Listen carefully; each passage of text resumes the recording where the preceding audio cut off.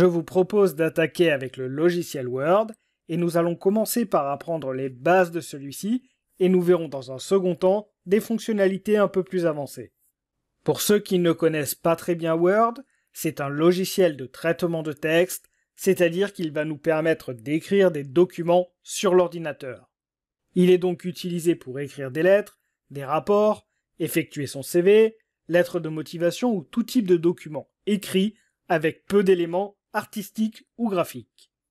En effet, on utilisera d'autres outils pour réaliser des documents contenant plus d'éléments graphiques tels que des flyers ou des affiches.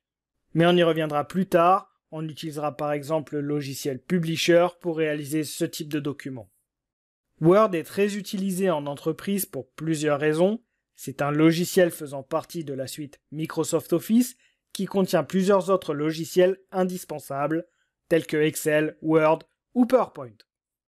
En plus des fonctionnalités de base de traitement de texte et de composition de documents, celui-ci met à disposition des fonctionnalités avancées et pratiques, permettant notamment de créer des sommaires, ajouter des images, des tableaux et d'autres éléments que nous mettrons en évidence dans cette formation.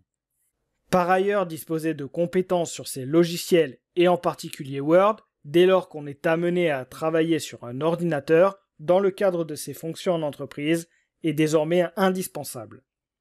Ils sont d'ailleurs utilisés à tous les niveaux de la hiérarchie, du salarié au patron. Bien connaître ces logiciels peut donc être un accélérateur de carrière ou à l'inverse un frein, voire une perte d'emploi dans certains cas.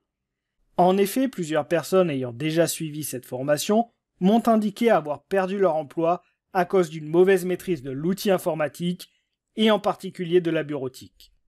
Un autre exemple simple de l'utilité de ce logiciel, à titre individuel ce coup-ci, c'est la réalisation de CV ou de lettres de motivation. Bien entendu, il existe des logiciels gratuits de traitement de texte, tels que la suite LibreOffice, qui vous propose globalement les mêmes fonctionnalités que la suite Microsoft Office payante, mais vu que c'est en général la suite Microsoft qui est utilisée en entreprise, je vous conseille de plutôt utiliser la suite Microsoft, bien que celle-ci soit payante. Je vous propose de passer à la prochaine vidéo où nous allons créer notre premier document Word.